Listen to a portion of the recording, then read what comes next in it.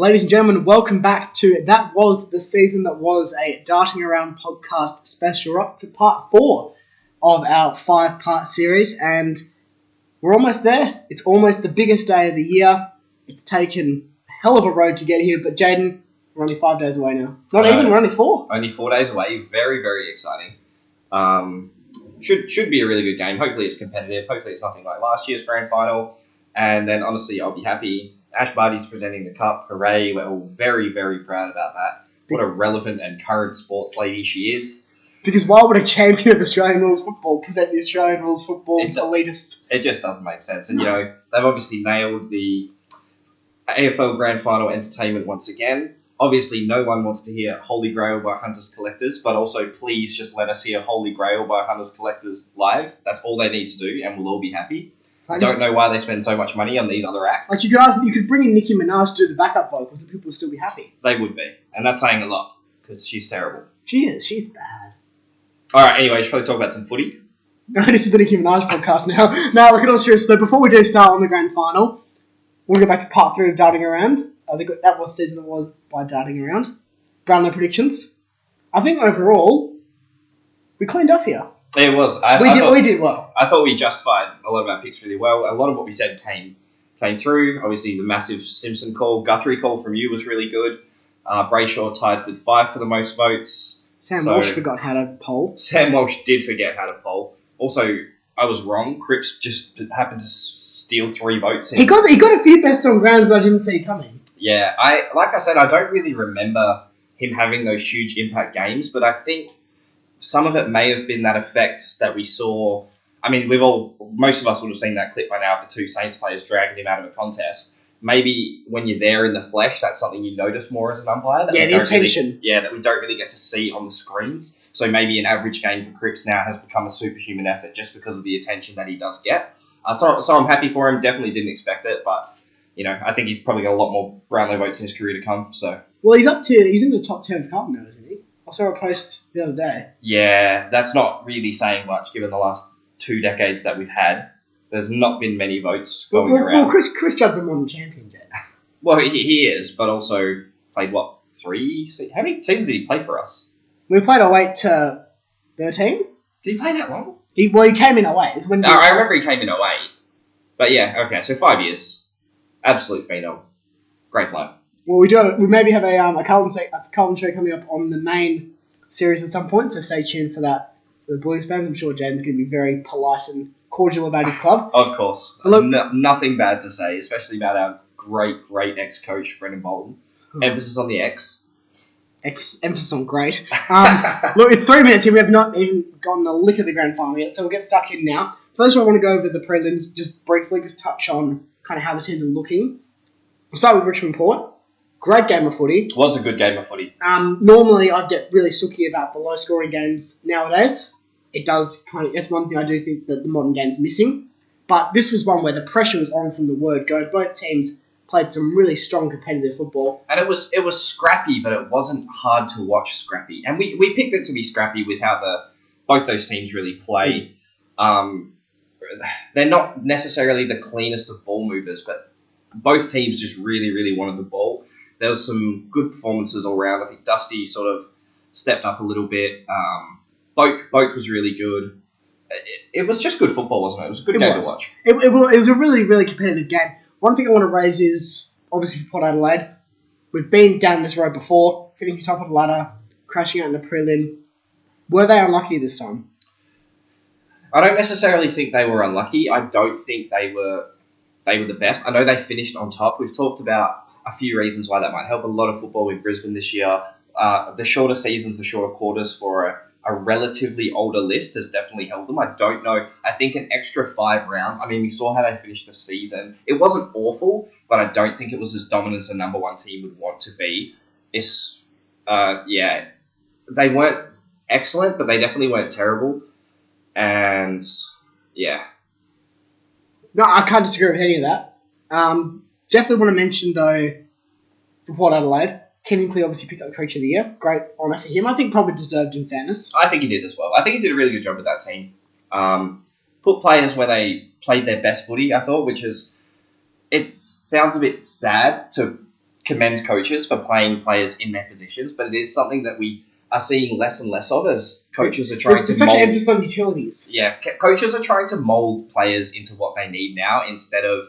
And I think that's why Clarkson's been so good for so long, because he just lets players do what they are good at, and I wish more coaches would do it. There's such a almost disconnect between what the coaches want and what the team needs nowadays. There really is, and I wonder if that's even a disconnect between coaches and recruitment staff. Because why are these recruitment staff not picking ready-made players for the role that the coach wants, instead of just picking good players and trying to mold them into something else? I'll see that and raise you. Why do we need recruitment staff in the first place? Yeah, why can't the scouts just tell the coaches, all right, players X, Y, and Z look good in the draft, go for them.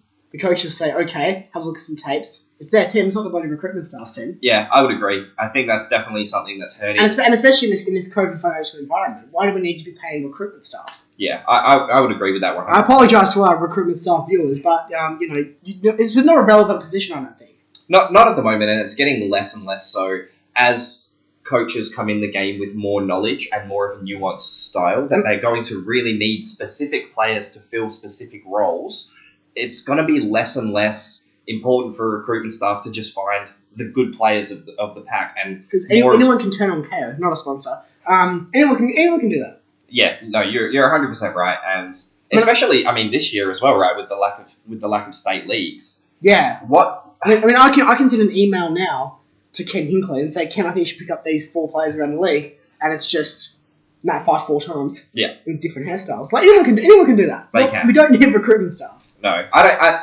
It's not that I don't think we need them. It's just I just think their role is diminishing as the game moves on. But it seems to be increasing as well. Like it seems like for the importance factor decreasing, these random roles are just popping out of nowhere. Yeah, and I think that's kind of and it's really hurt the AFL this year of just a case of too much money. I think they want to funnel more money into the AFL to make it better, but they don't know the areas they need to be doing it. Which and is state development. And exactly, I 100% agree it's state development. And we've talked about it, things like a Tasmanian team. We've talked about that. Yeah, and that great episode, by the way, it's coming out this week, possibly next week. We haven't really decided yet. But that one will come out next. That's a really good episode. We'll keep them waiting. We'll marinate it a bit more. Yeah, I really think you guys should go listen to that one when it comes out, because it is a really good episode.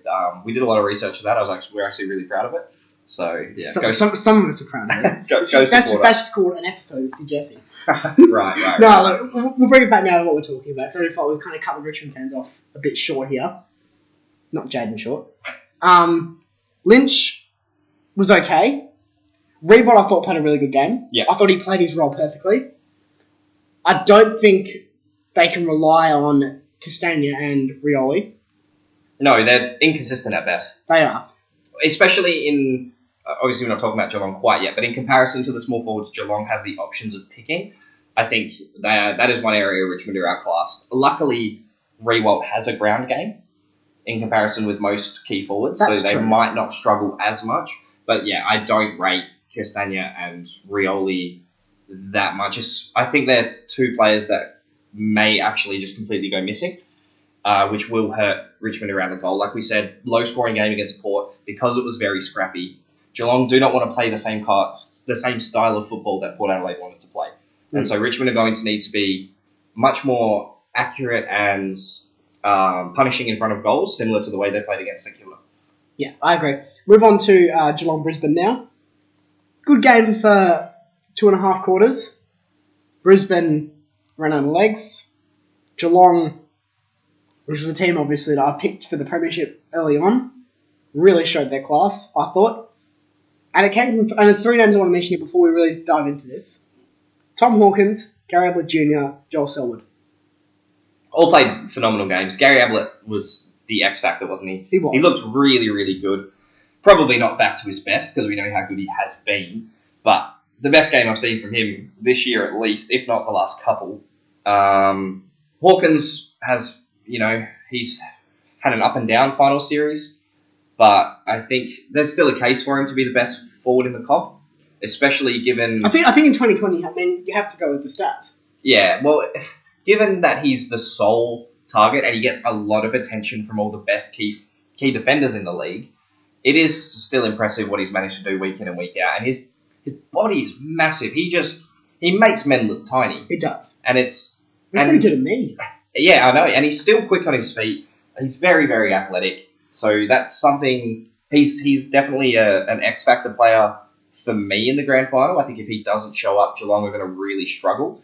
Even if Gary Ablett Jr. is firing again, Hawkins just has that impact that he can really take over a game for them. And they have good ball usage out of the middle. We've talked about Guthrie. Menengola stepped up. Dangerfield is Dangerfield. Mitch Duncan gets so much of the ball as well, and he's a pretty good kick as well.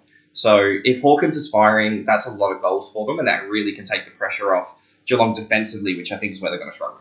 Yeah, but I do think they defended quite well against Brisbane. They did defend quite well against Brisbane, but the key word being there for me is Brisbane and Eric Hipwood and the non-existent forward line that they have. Obviously, Charlie Cameron's phenomenal. But they did shut him out of the game. They did, and once they figured him out, they really did figure him out. And I think part of that is because there's no real dangerous key forward for Brisbane. They don't have a Hawkins or a Lynch. That's true. And when you don't have someone like that, you can focus on playing more of a zone style, which does shut down these smaller forwards who like to use the space a little bit more to run. Because the small forwards, they do really rely on their leading and their positioning, much more so than taller forwards, obviously, because they can just take big contested grabs. It's going to be a complete 180 for Geelong's back six from what they had to deal with Brisbane, where the primary target is Charlie Cameron. That's not a knock on Charlie. He's just not a very tall man. You're right. So exactly. it changed the full structure. So now worrying about two behemoths, making quick leads, causing a lot of problems for defenders, and there's two of them. Yeah, you're 100% right, and it's two men who also have a case for most dangerous key forward in the comp. Obviously, we've talked about it before. This year, Rewalt's taken a bit of a step back, but we have seen he still has that capacity. When Lynch has been out, he's been arguably one of the top 3 to 5 best key forwards in the competition when Lynch hasn't been playing. And it's very, very scary for Geelong, who I think if you had to pick a weakness of that team, it is the defence. Yeah, I'd agree. Well, it's probably Ruck, but everyone's weakness is Ruck. Yeah, and you're right. It's not something that, when you have as good a midfield as Geelong have, it's not something teams can necessarily take advantage of either. We've seen Nick Nat absolutely wipe the floor with Stanley, and West Coast still go even on clearances because of how much run and how many hard ball getters Geelong have in the middle, and the way Guthrie stepped up this year. I don't think it's something that will be exposed as badly as Geelong's weaker defence. Yeah, look, coming back to Geelong Brisbane, just quickly before we move on to really getting some key matchups for the grand final, I want to talk about Brisbane very quickly here. This is the second season in a row where they've looked like world beaters and barely gotten past South Sudan's level. What is going on? Why can't they win in finals? I think it's lack of experience. They look like the pressure really got to them. Like we've said... No, it's not like they don't have veterans. Charlie Cameron's played in the grand final. Birchall's played in, 4 premierships with Hawthorn. Yeah, he also did his hamstring. And he's also 72. It's experience, man. It is experience, you're right. It's like a fine wine. But I think Brisbane have a very, very big hole in their forward line, which you could still win a grand final lacking in an area in your team, but it'd be much, much easier, and they'd play much more consistent football, I believe, if they could just sort out a really solid key forward. And it's not Joe Danaher. It's not Eric Hipwood. It's not Daniel McStay. They need a real big key man down there. Even if it's a mid-tier key forward, like someone like Ben Brown, at least someone is there to kick to and to draw attention for key defenders, because I think that's really going to be the only way Charlie Cameron can now elevate to the next step and have bigger impacts, because zone defense really kills him and teams seem to figure him out, or he runs out of legs, one of the two. Yeah, I'd agree with that. One thing I want to point out with this conversation topic is obviously for Port Adelaide, brought in Charlie Dixon, took him a bit to adjust. Now he has. Port were arguably like to make the grand final this year. Yeah, so Port is another one. I think that they are a little bit unlucky in that they had to versus Richmond, but I still think if you've got to be the best, you've got to beat the best. No, completely. And like if Richmond win the grand final, you can say, maybe Port were the second best team this year, but at the end of the day, the second best team doesn't win a flag, and that's what Port are aiming for. They're aiming for a flag. like I said, an aging list, probably not a huge amount of years left in a lot of their key players. The time is now for Port, and they're going to have to do what they did this year, next year again, and then just hope to take it all the way. There's been a lot of social media commentary recently about the umpiring around preliminary finals, particularly from Port Adelaide fans who were very upset with some of the umpiring in the Richmond game. We watched both games. I was pretty happy with the umpiring. I don't think it was amazing, but I think it was consistent. And that's the key word for me. I think it was pretty poor umpiring, but it was consistently poor. And that's the thing, I can accept bad umpiring. If it's bad the whole as way long as through the line is there, and it's across both games, and I think it was overall. I was satisfied with the umpiring. I think there needs to be some real cohesion between umpiring units. Like, even this year, we've seen some games get paid, 4, 5, 6 delivered out of bounds, and then other games get none for arguably the same thing. I really think there needs to be a much more clear-cut rule book and way less subjective rules because they call so many delivered out of bounds, but they never call something like, say, soccering in danger. No. And I just think the players are confused, and the fans as well, and that's why people get frustrated, because something that gets called one week doesn't get called the next week. And, okay, it probably doesn't have too much of an effect on any game outcomes if it's consistent throughout that one particular game. If they're always calling or not calling the same situations, it's fine. But it does get frustrating to watch when the umpiring seemingly can change on a whim week to week. Well, do you remember when holding the ball this season was you get tackled with it as holding the ball? Yeah, trust me, I remember, mate. I remember just as well as Sammy Piotrowski-Seton, where he had it for about 2/100ths of a second, and then braced for a tackle and got pinged holding the ball. And then conversely, you see players take now 5 or 6 steps, try to fend off someone until they get the ball up.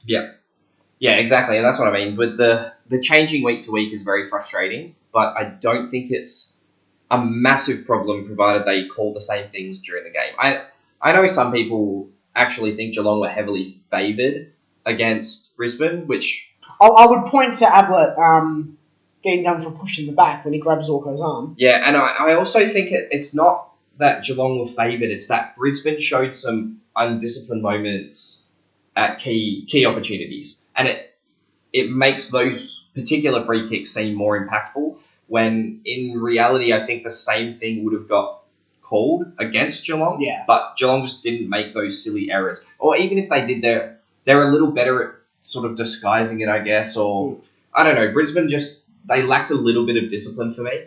And it was disappointing to see, because I really would have liked them see the grand final. Like we've talked about in Brisbane this year, you really feel like it was their time. Yeah. Even if they were a little undercooked, I don't know if another year of improvement is going to give them the same advantage as playing an entire final series at your home ground. I agree. Wasn't Peter Adams an angry boy on Friday night? Yeah, he definitely was. He was an angry boy. He was an angry boy. It's good to see. I like to see passion from the players. I like to see players that want to win. Obviously, I'm also big on discipline, because I know... I love to see players play the whistle. I don't like when, they throw their arms to the side. It's insufferable, isn't it? It is. I really dislike that. Since I was 4 years old and playing Auskick, my dad was always, play the whistle. And that's what I wish more players would do, because it will really get that mentality of, like, you just play the whistle. And I think that a lot of the frustration from players for the umpires would subside, and then subsequently as well, a lot of frustration from the fans, because they wouldn't see their players get as angry. Yeah. No, that's fair. I agree with that. Look, we'll move on now to the game itself. We'll set the stage. Gabba, night grand final. Yeah. So 2 factors here that are unknown quantities. We'll start with the Gabba itself. If you had to give it... We'll go team by team who gets the edge. Who would you give the edge to here, the grand final being at the Gabba? Geelong, only because Richmond lose the MCG advantage. Yeah. I don't necessarily think Geelong are better at the Gabba than Richmond. I don't think even though there's been a lot of footy there, I don't think there's quite enough data to make any concrete assumptions. But I do think Richmond are hurt not playing at the MCG. I will say this, though. Geelong haven't lost to Brisbane at the Gabba since 2004. Yeah, well, that's true. They don't mind on the ground. How many years of those have Brisbane been good? Because I would argue 2. These most recent 2. Oh, actually, 04 they were pretty good as well. but they dropped off quickly and were pretty poor for a long time. They were. Justin Lepage was the coach. Yeah, Queensland football was in a bad spot for a while and was not helped by the Gold Coast Suns. We've sounded off on the Gold Coast Suns before. Yeah. But the folks haven't heard it yet because the episode's not out. Yeah. Oh yeah, you'll hear a lot about the Gold Coast Suns in the Tasmania episode too. So They've never had that much media coverage in their lives. no, they really haven't. No one cares about them. They're like a step kid, aren't they? They are like a step kid. They're just kind of there. They have David Swallow. Although I am excited for Matty Rowell next year. So am I. So that will give me a reason to at least watch their games, which is something I haven't done an awful lot of this year. What, you don't watch things to Alex Sexton? No, I definitely don't. Oh. He is not a good player. Well, look, we're 50-50 split on this one. We played it to a tie.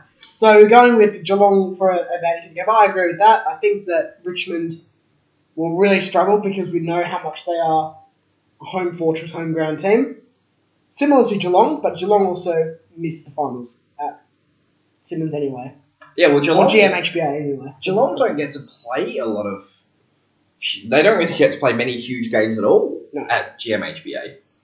So, yeah, I don't think they're necessarily hurting as much, and I think they would 100% take playing Richmond at anywhere that's not the MCG. But take it, Alice Springs. yeah, I think Wouldn't that be curious? That would be curious. Night grand final. Any edge you're leaning towards, or just a purely hard to say? Hard to say for me. Got to be weird watching a grand final with a yellow ball. Yeah. Yeah, that feels a bit weird. But no, I don't. I haven't really tracked teams for how they play at night compared to how they play at day. I don't think it has too much of an effect. Besides the fact I hope all the boys eat cleanly during the morning and come very energized. No KFC for lunch or anything like that. Positive health message on the show. Yeah. KFC's not a sponsor, by the way. No, KFC is not a sponsor. Yes. Although 10 Mickey Weeks for $10. Jump on that one. Alright, okay. They better pay us for that. No, yeah, so I don't really know. I don't personally have too much of an opinion. I just think it's going to be a bit weird. I might go into the grand final a little bit more toasted than I usually am. But other than that... It is Cox Plate Day. Yeah, exactly. Could be a big one. Will be a big one. What about you? How do you feel about the night grand final? Not a fan. Not a fan at all. Very traditionalist on this. It does feel a bit unnatural, but I don't necessarily think it swings the game either way. You know when you go to like a kid's birthday party and they've got like the really tacky streamers up? Yes. That's the vibe I get from the night grand final. It feels like I've gone... No, actually, I can up that. This is like the time zone of grand finals. It's obnoxious, it's loud, and, it's probably overpriced. Yeah. No, I would agree Times with are that. not a sponsor, so I'll probably say. But I don't think they will be sponsoring anytime soon either. They got some free airtime. Look, in all seriousness though, I'm not a fan of night grand final. I'm going to sit on the fence in this one. I'm not going to give an edge to either team. But Gil, stop ruining everything. That's what he does best. He does. He's a ruining man. He is a ruining man. But no, I'm not happy about the night grand final. Really not happy about it. But I will give it a chance. Yeah, we'll see. Look, it's still grand final day, isn't it? Yeah. And like I said, as long as it's a good game, it's probably still going to be better than last year's, regardless of the time of day. Considering, sometimes it's hard to say it now. Well, that's true. But got to think about the older demographics as well, Jen. as long as two teams show up, then I'll be impressed. It's a very nuanced statement there. As long as both teams, as long as no bus breakdowns on the way to the ground. Tell that to GWS of last year. Okay, that's fair. They did physically show up though. I'm not convinced. There were 22 orange jumping men out there. But half of them might have been ethereal. Half of them might have not even touched the ball. It was just kick to kick for Richmond last year. It was very Halloween themed last year, wasn't it? Just some spooky universe ghosts. Yeah, I agree. The ghost in football's dignity past. We'll move on to some key matchups now. We discussed this at length during the week, who we thought would match up with Geelong's forward lines. Sorry, Richmond's forward line. We ended up with some different people and some different matchups. Start with your key matchups here. Tom Lynch. Yeah, so I think Blasavs goes to Lynch, personally. I think he's probably the best one-on-one in regards to strength. And we'll just finish Lynch. So I think he'll match up better with Lynch. He's got the speed, which is another thing Lynch has a surprising amount of. I think he takes off really, really quick, and he's hard to follow. He's got a really quick kind of 3-4 steps. Yeah, and he's got really long legs as well, which is another thing I think Blitz can match him with. Well, he did steeplechase. I don't know if you heard. He's very athletic. He's got a good leap on him, so I think he can contest because Lynch has very long arms. And I think... You're really whipping out some great observations. Well, he's got long legs, he's got some long arms. He's just a long man. He's a really long man. Like, he doesn't look super tall, but I don't know, when he's taken a contested mark, he just seems so far above the pack. Yeah. He's got a good leap on him. Yeah. And so that's why I would really like to see Blasavs take him for me. Okay. And then I will say on Rewalt, I want to see Harry Taylor. Right. I think Harry Taylor is probably not as strong as Rewalt, but very, very good at shifting his body weight, and he reads the play almost better than anyone in the game, I would say. Like I said during the week, there's a reason he can play key defender and key forward. And I think Harry Taylor is one of the few key defenders that will be able to match Rewalt's ground game, which I think is scary. If Blasavs goes to Rewalt, I worry that Rewalt might snag a few soccers or something off the ground and pull some magic.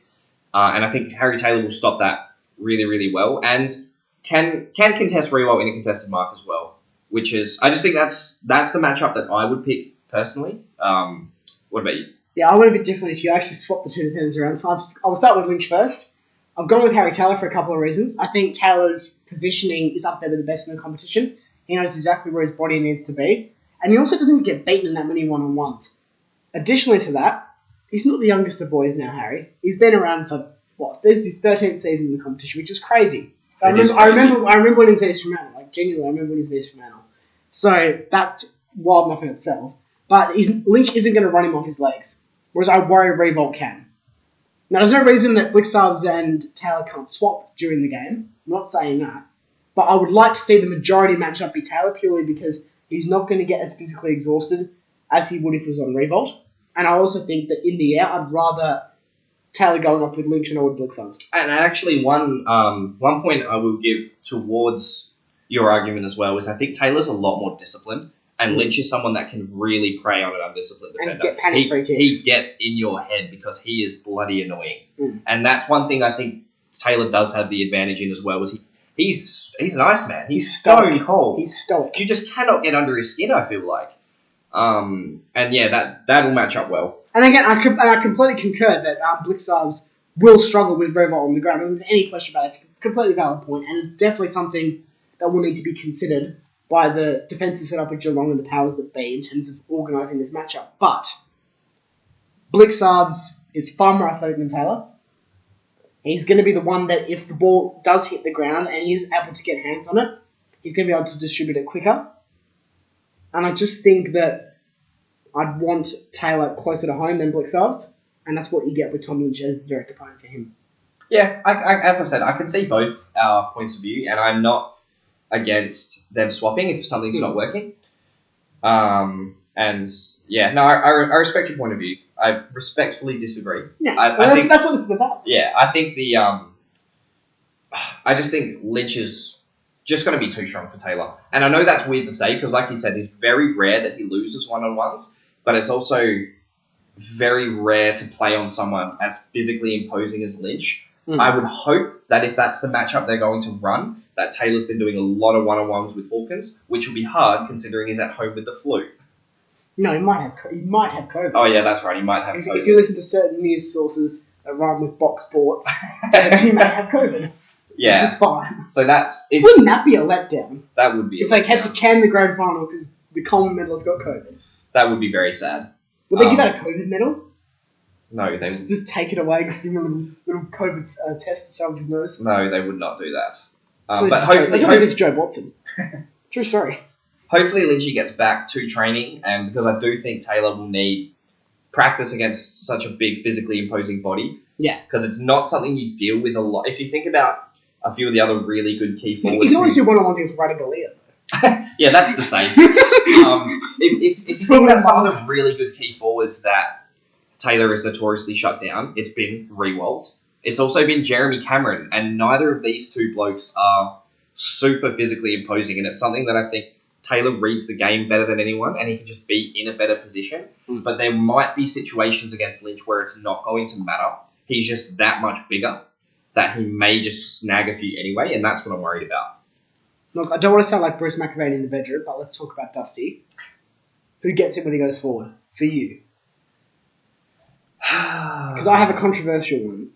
So I want to hear yours first. Who gets Dusty? That's a good question. It's really hard. I don't necessarily think you have someone that directly goes to him as much as you need. You need someone that's fresh, because even Dusty resting is still very explosive.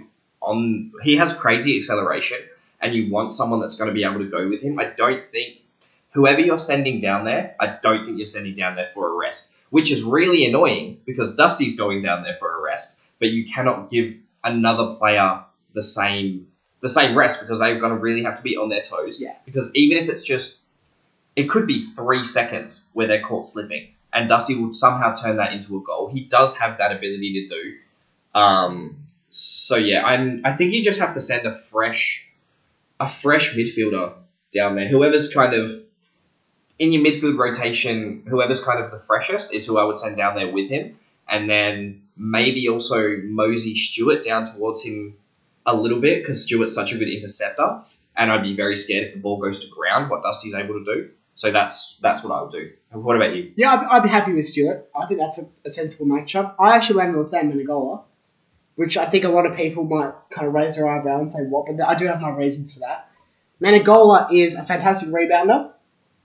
Good ball user. Exactly. And I just think as well that Dimmer is not going to tolerate Dusty doing the Dusty show in a close grand final. He's going to need to be a two-way play, even when he's resting down forward.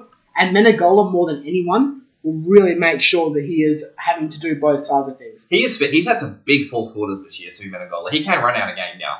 So he is probably one of Geelong's fittest players, for him and Duncan.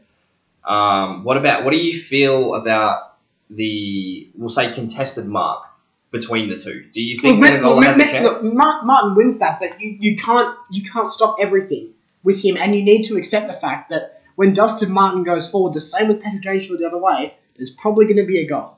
So it's about limiting the overall impact he can have, and if Dusty's now going to be in two minds, that's a Dusty not focused on the game. Yeah, you're right. I definitely don't hate it. Like I said, Menegola can even fall into my camp of whoever's your midfielder with the freshest legs, because someone is going to have to run with him, and I just hope that Stewart is reading the ball well enough on the day to take a few intercepts, so that contested mark disadvantage between Dusty and almost any midfielder on Geelong's team besides Dangerfield, but you're obviously not going to send Dangerfield to him. Dusty does have an advantage in contested marking against any other Geelong midfielder, and I think if Stewart can really be on fire and reading the play well out of the middle, then it will... You'd almost want Stewart on someone like Castagna then.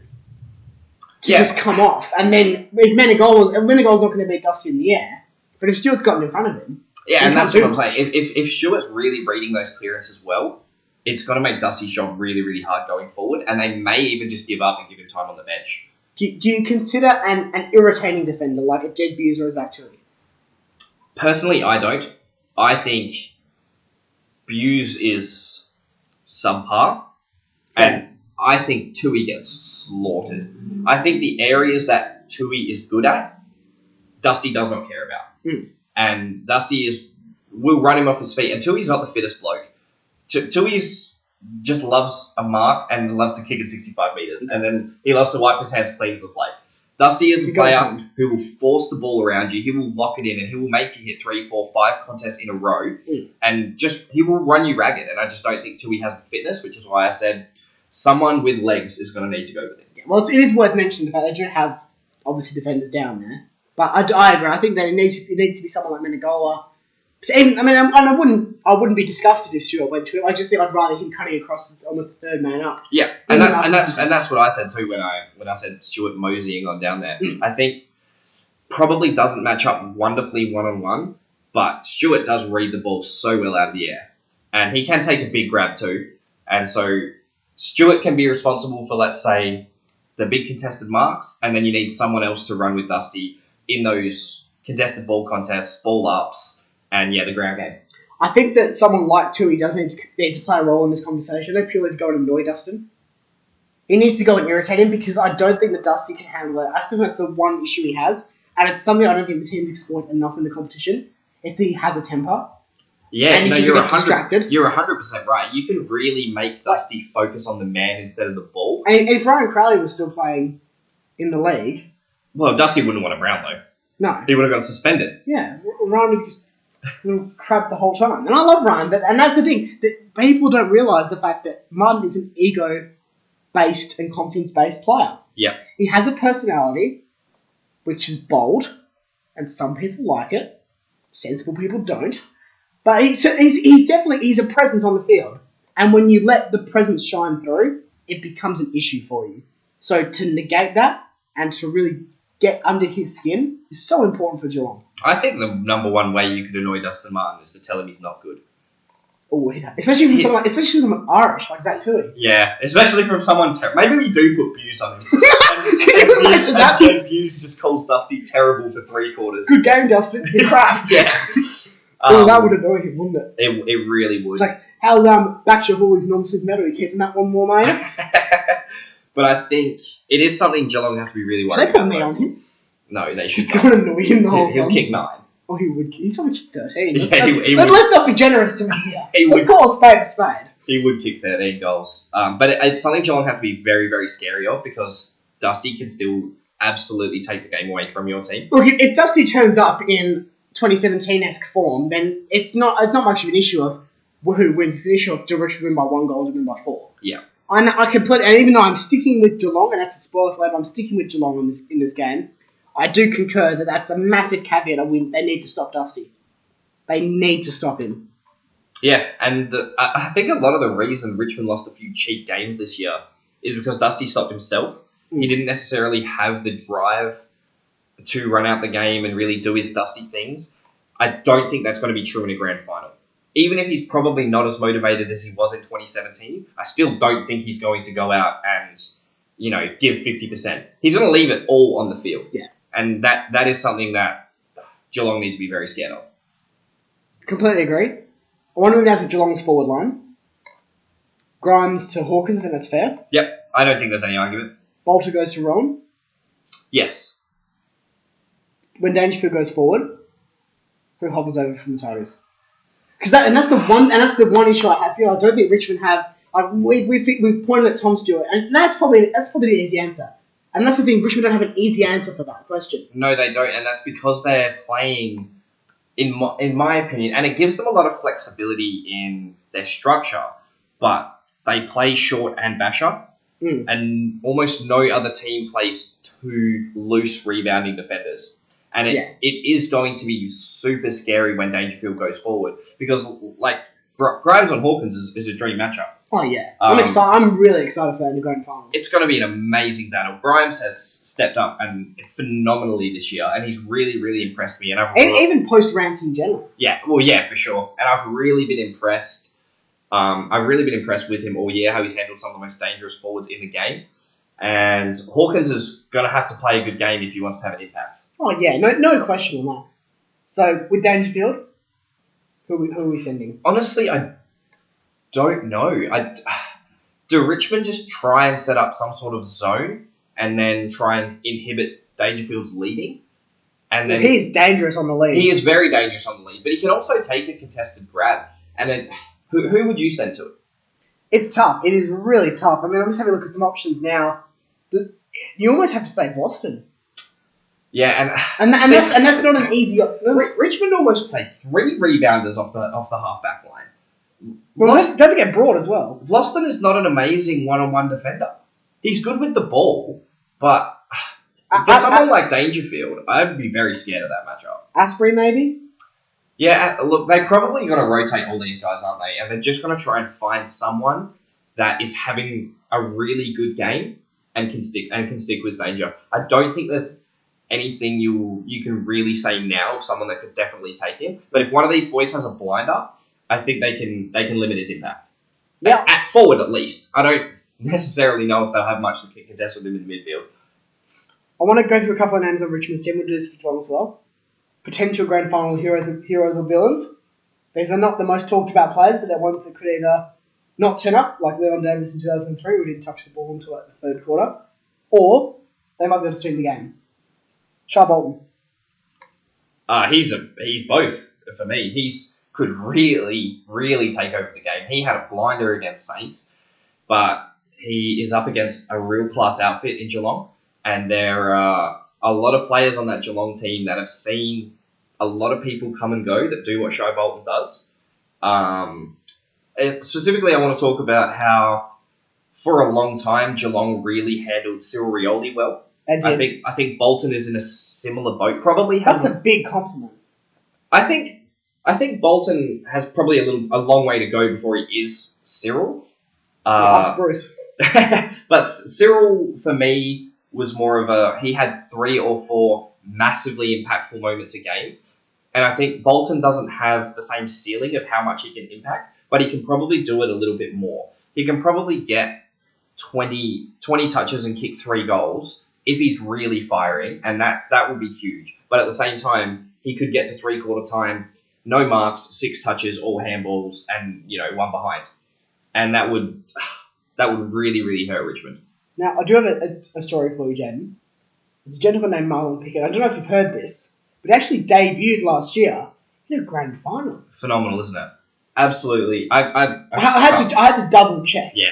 Because I hadn't heard it enough recently. But he did indeed debut in a grand final. And, oh, gee, wasn't he exciting? Look, he wears number 50. He's not good. How do you think he'll go in grand final number 2? I have not been impressed with him this year. He's been in and out of the team for a reason for me.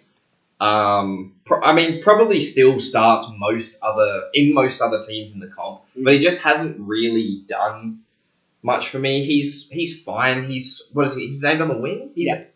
So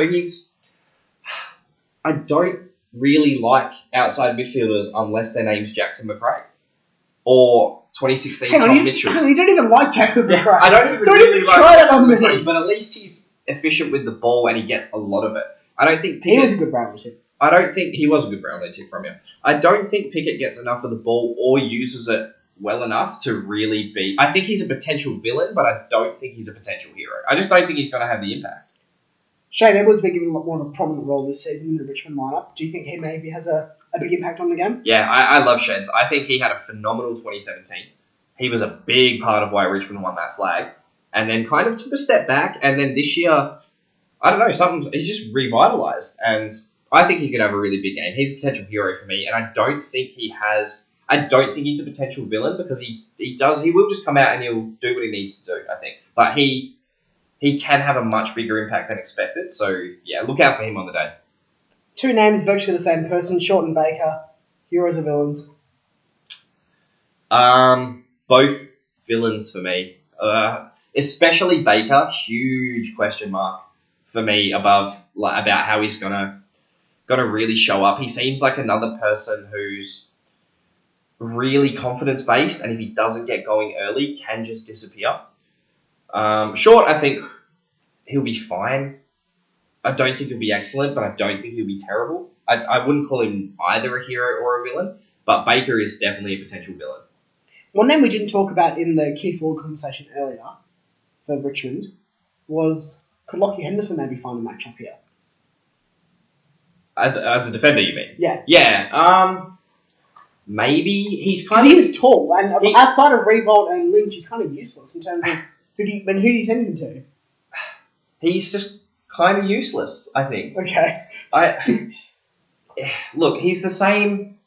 I think he's got too many weaknesses as a player to give him a really, really big. I think he just rotates when Blasavs or Taylor need a rest. Yeah, that's his role for me, and if he can do that and limit the impacts Lynch and Rewalt have when their key matchups are off, then Henderson has done his job. I don't think he's good enough to get a really, really important matchup. I just wouldn't trust him with it. We're going to go through now some Geelong potential heroes and villains here.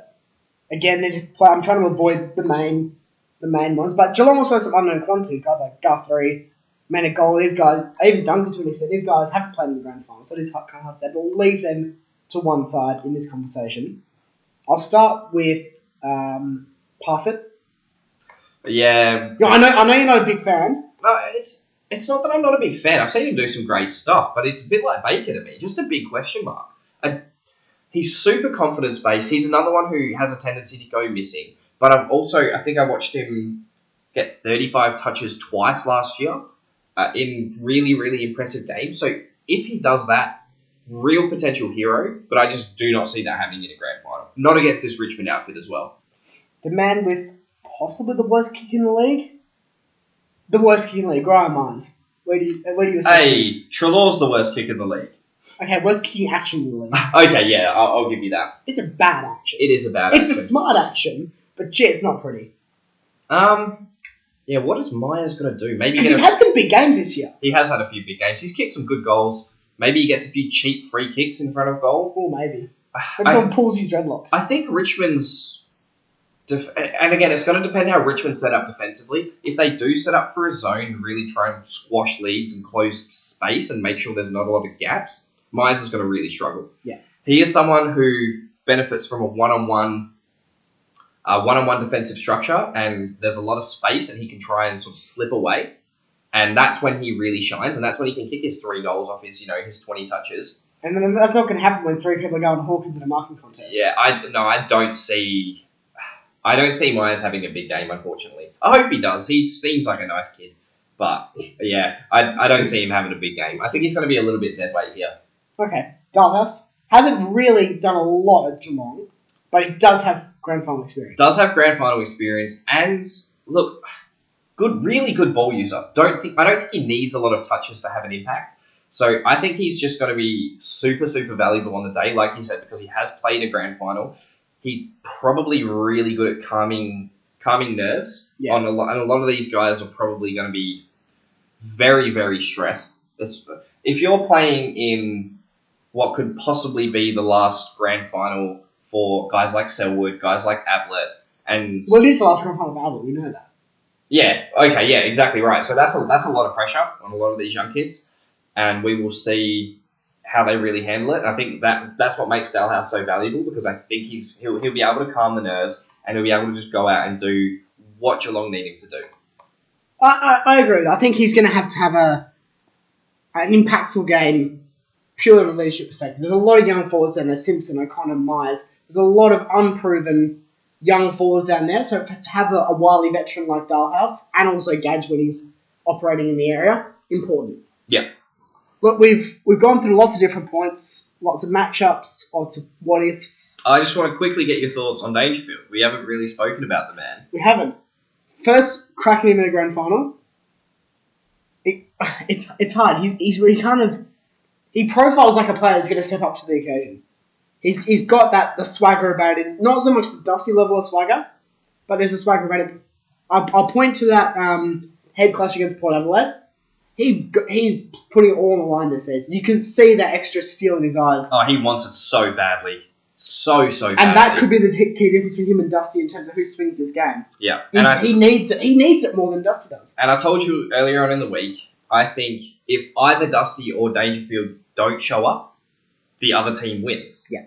It's huge for both of these players, and these outfits are so class. I do think these are probably the 2 best teams of the year.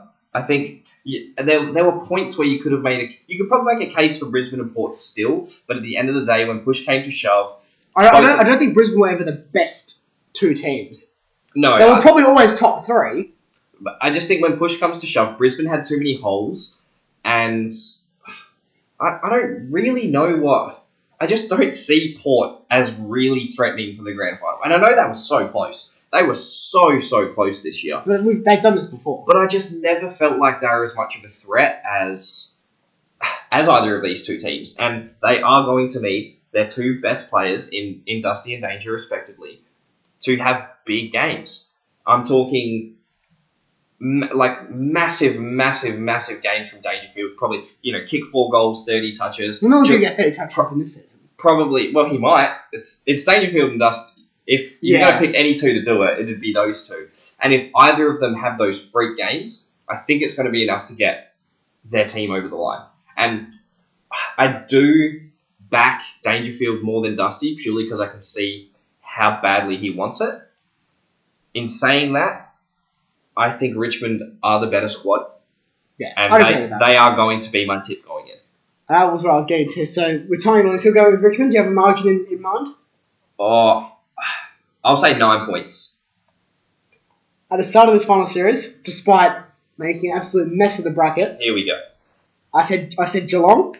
You looked at me in the eye and you said Geelong will go out in straight sets.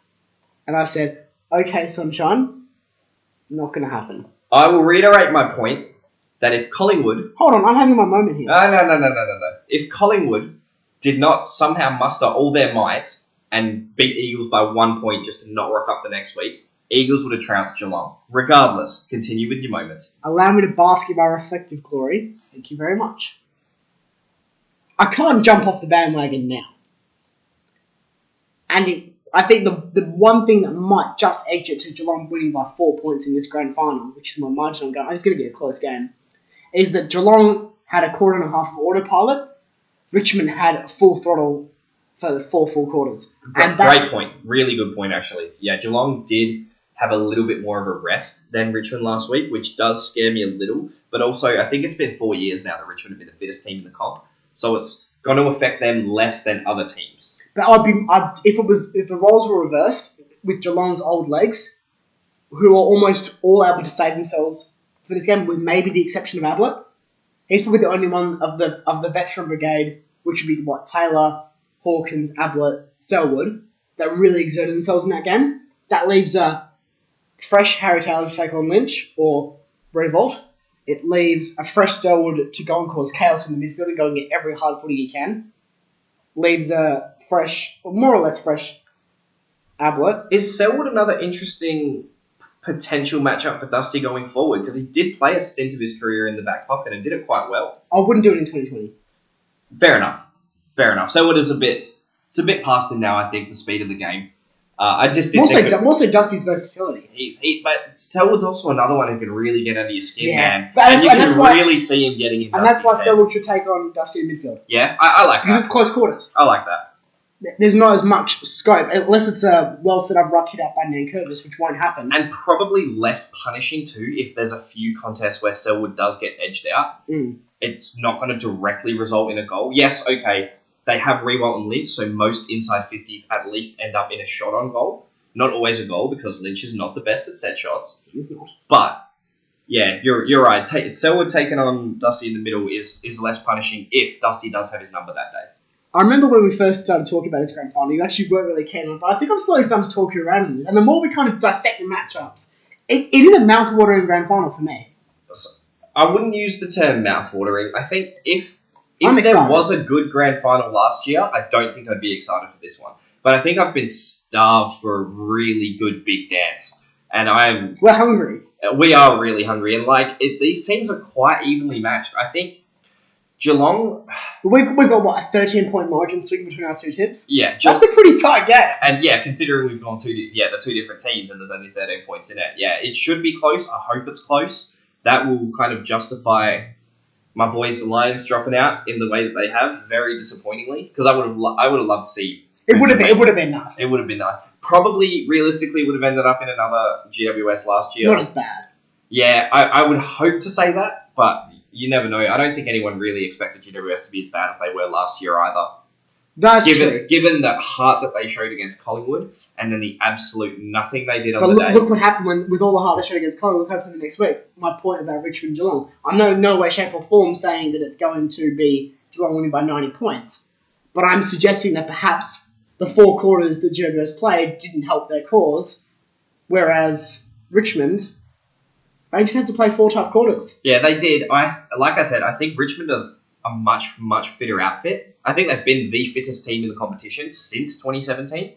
The way they've been able to run out games has been really, really impressive. And they just don't really look phased. They've had a few close games this year and come out off 5-6 day breaks and still looked just as good the week after. So I don't think it'll affect them as much as other teams in the competition, but it is certainly something to take into account.